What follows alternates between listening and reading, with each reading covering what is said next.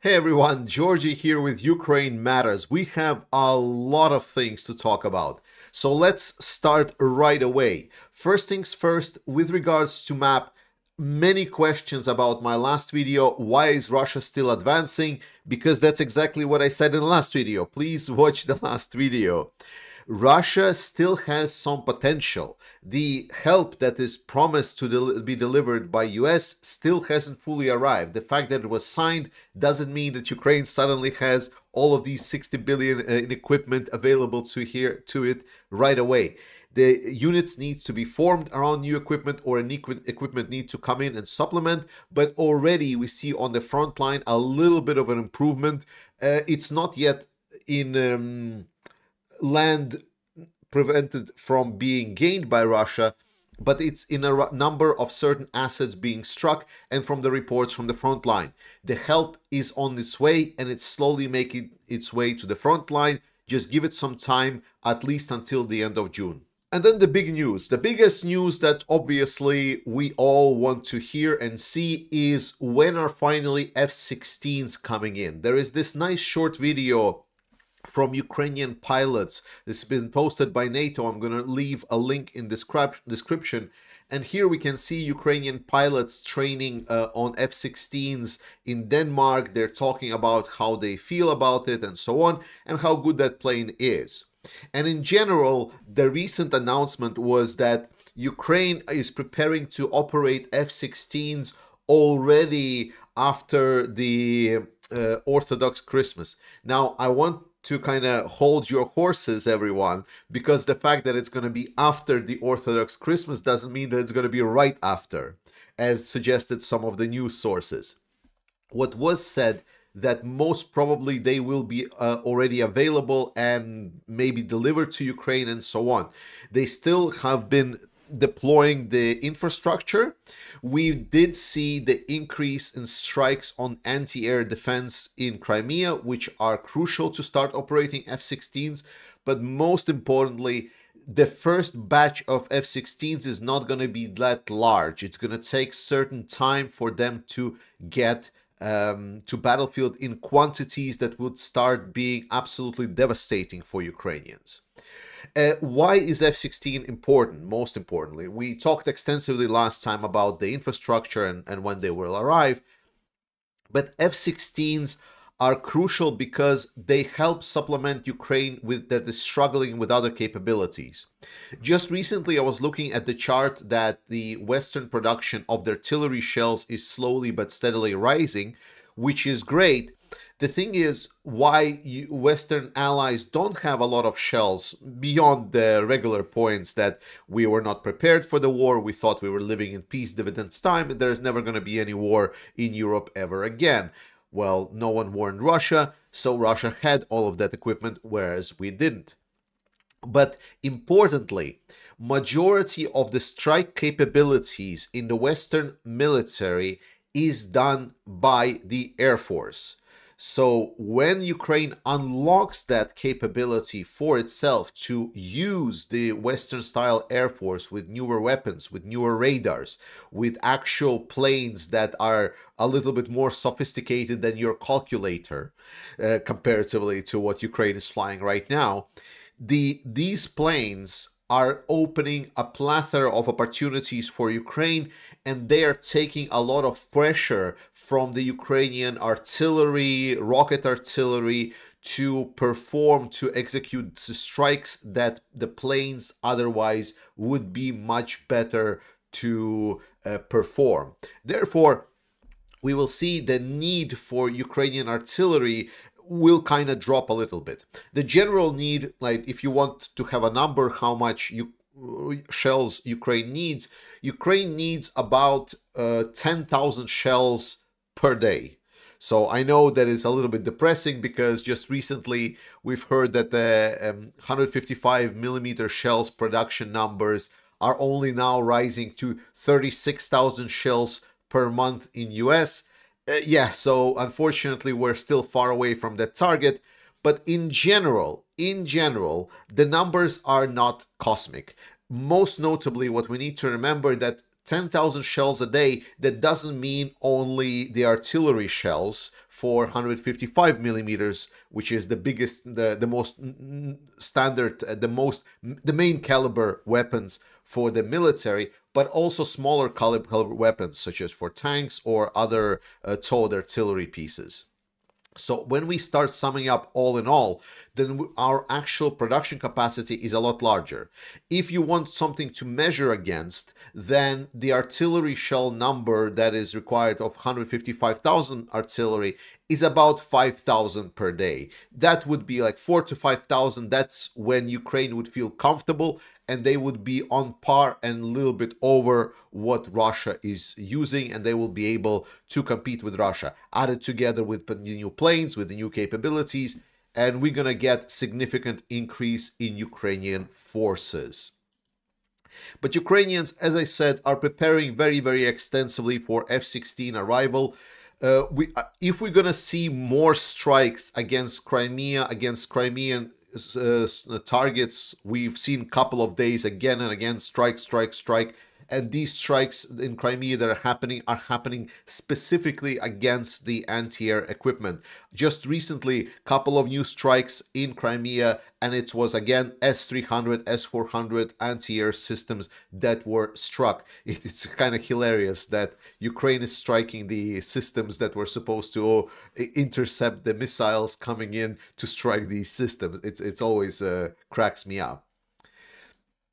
But Ukrainians are continuously striking as well the targets inside of Russia. They are striking the biggest refinery in Ryazan that is belonging directly to the Rosneft, and the satellite images and the analysis shows that Ukraine specifically hit the vacuum pump facility or something like this. So one of the rare and important components that is necessary for this operation, for this factory to function. I want you to look at this picture, and in this picture you see that the facility itself is quite large, and Ukraine does make a lot of the strikes against the facilities. Sometimes we see that, and this is something for you also to take away, if you see strikes against the oil silos, usually they're like big round thingies, and they're on fire, they usually have a huge fireball. That is usually, it's not nice for Russians, obviously, but it's not critical, because in large sense, these tanks are just a big barrel that holds a lot of oil or any other gasoline or whatever. Whereas what is a lot more important is when Ukraine strikes critical equipment, such as the fracking tower, I believe, or fracking tower. So I think it's cracking tower, or in this case was like a vacuum pump or something like this. Like, sorry, I forgot the name, is because it's a little bit out of my league. But the point is, there's only a couple of producers in the world of these stations. Not everything Russia can substitute, not everything China even can substitute for Russia.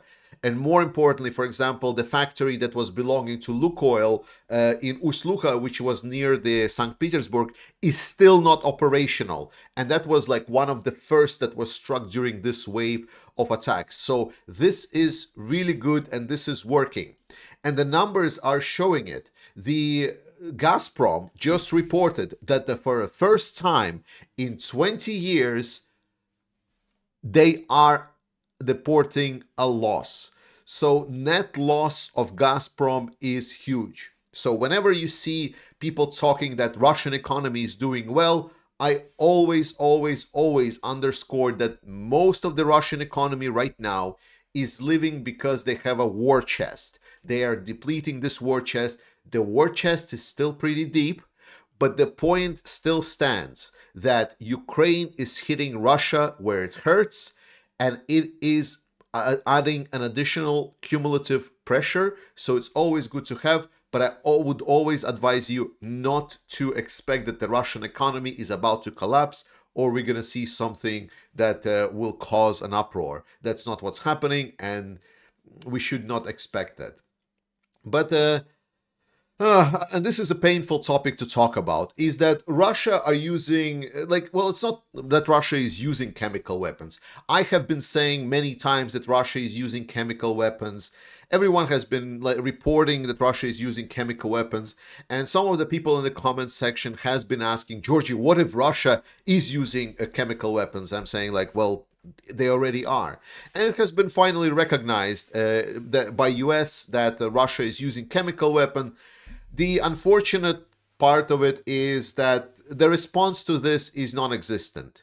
So Russia is using these chemical agents that were used during the First World War. So it's kind of silly.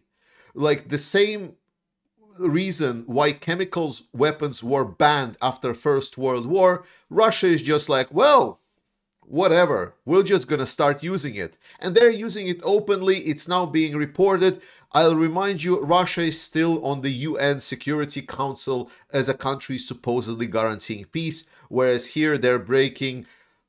I mean, like, I think for a lot of us in the Western world, the First World War and the chemical weapons was like a big no-no, right? The only thing that kind of toppled that was the nuclear weapons. And Russia just shrugs their shoulders and is just like, well, yeah, fuck you, what you gonna do? And the response to all of this so far seems not a lot. And that's kind of is true, like, because a lot of the what Russia is very clearly demonstrated by some of the more personal stories.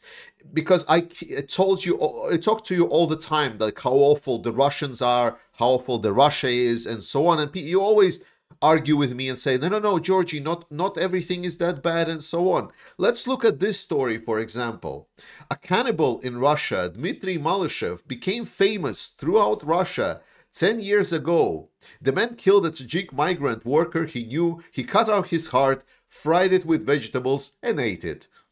For this numerous other crimes, again, numerous other crimes underscored, he was sent to prison for 25 years. He obviously got out of prison and now being employed to go kill Ukrainians in Ukraine. But he also made a friend, and this friend here, his comrade, Alexander Maslenikov, is known for the arbitrary murder of two girls on the night they met in karaoke club in 2017. The man invited Olga and Daria to a rented apartment where he murdered them. He buried the bodies of the murdered women in a forest of the outskirts of Volgograd. Such a nice company. And you know what's the richest thing is that when they are asked why they came for war, they say, for the sake of preserving traditional values.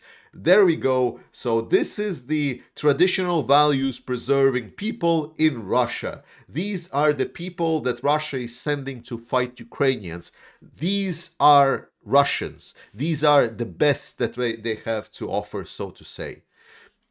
And the newer generation of Russians that is growing up is not getting much better. There has been a nice picture contest, for example, here, where you can see the kids made drawings about how to support Russian military and what Russian military represent. I want you to consider asking, like, if you would ask your kid, like, to kind of cheer for the military, because supposedly these pictures should cheer up Russian military to show how brave or important Russian military is. I want you to consider what needs to be in this kid's head, through which kind of images and mental processes does the kid needs to have to draw a tank that is driving over Ukrainian civilians and blood splattered all around and so on. It's a great generation of that is growing up for the Russia. Literally the meme. Like, I've shown this meme many times, but this is pretty much my channel 101. I am just trying to explain this is what we're dealing with. So whenever someone says, can you please start treating Russia as human being? My question is, will it please throw the bloody hand out of his mouth, wash up, and start acting like a person? So in that sense, I want to kind of reference you to the Timothy Snider, the professor or doctor, like I don't know what's the actual title, but Timothy Snider made a really great comment. And he said that defeat in this war for Russia is not only important for Ukraine. It's not only important for us because it guarantees our security. Probably one of the most and the biggest beneficiary of a defeat of the Russian military in this war is Russia and Russians. Russia and Russians never reflected on themselves. They never reflected on their imperial identity. They never reflected on a bloodthirstiness. They never reflected on why people around Russia hate them so much. And that is why defeat of Russia is like when we say that maybe we should negotiate with Putin, maybe we should try to end the bloodshed or something. Not only it will motivate Putin to go further, it will also doom the whole Russians to be in this boiling pot forever on. So even if you hate Ukrainians, even if you love, I don't know, Russian culture, for whatever reason you're watching this video, defeat of Russians in this war is healthy. It's what's needed for them to get through. And one of the major things when we're talking about really brave people that are not Russians is that Ukrainians have been struggling for the mobilization of people, that the number of people that have been going to the military has not been adequate. A lot of media associated with the fact that there is less of a drive for Ukrainians to join the military. However, I always knew that it was not the case, but I just didn't have the ability to show you this.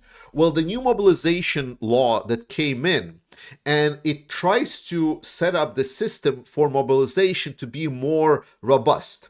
There were always two main issues with mobilization. One was that the people that got mobilized were always very, very afraid that if they get mobilized, they will just instantly be sent to the front line with zero to no training. And that was the one thing that stopped a lot of people to join. And there has been improvements since then, and the improvements are going to be piling up with the new law accepted. And then the second thing that prevented the people joining the military is that a lot of people feel that they're competent in a lot of things, but instead they're just being assigned randomly to a random units, to the random areas where their professional skills that they've built all over their life are not being utilized properly. And those two things, I knew that if they are tackled, then we will definitely see more people rising up to occasion. And thankfully, with the new mobilization law, with Ukrainians needing to come by to renew their ability, I'm not saying all of these people are ready to get mobilized and so on, but they came to the military commissions to renew their data, to explain to the military professionals who they are, whether they want to serve, and whatnot. And these lines have been standing in front of the military commissions for the last couple of days. People have been literally standing in lines for over 2 days in some of the situations. So please don't disregard the bravery and dedication of Ukrainians to win this war. There has been a lot of media rumors. There has been a lot of false narratives. Ukrainians are still there. Russia is not getting through. And another thing that Russia is definitely not getting through is to the people of Georgia. People of Georgia are literally having their Maidan moment right now. So I'm going to play some of these videos here. People in Georgia have been protesting the foreign agents law from their softly pro-Russian party. And there has been these protests here and now for certain times. However, just recently the government cracked down on the protesters, and instead of having less people on the streets, more people came out in the streets resisting the assaults by police. And this country, very, very small country, is now incredibly showing how much they are not Russians, how much more they have in themselves than any Russians. Now, Russians have had protests that were beaten up by police many times over. Never once it resulted in more Russians coming out of the streets. They were always submissive. Therefore, I want you all to look at this. Look at the wonder that the Georgian people are right now doing for their country to show that they are there, that they are brave, and they will not be ruled by a strong hand, that democracy matters. Incredible moment. I wish to all the people of Sakartvelo all the best from me. I've never been to Georgia, the country, not the state, but I hope I will. And finally, let's finish up on some of the a funny note. So there is this politician, Marjorie Taylor Greene, and Marjorie Taylor Greene is a bit of an asshole. She's a MAGA freak, and she is an absolute, yeah, clown show. Let's put it with a clown show. And the thing is that she recently has been talking about and complaining that people were having these MAGA heads, which are Make Ukraine Great Again. And obviously it's been ridiculed by the NAFO community, and MAGA heads are now all over the place. And obviously this channel is nothing besides it. We already created a MAGA head that you can get at our store. Yes, we have store.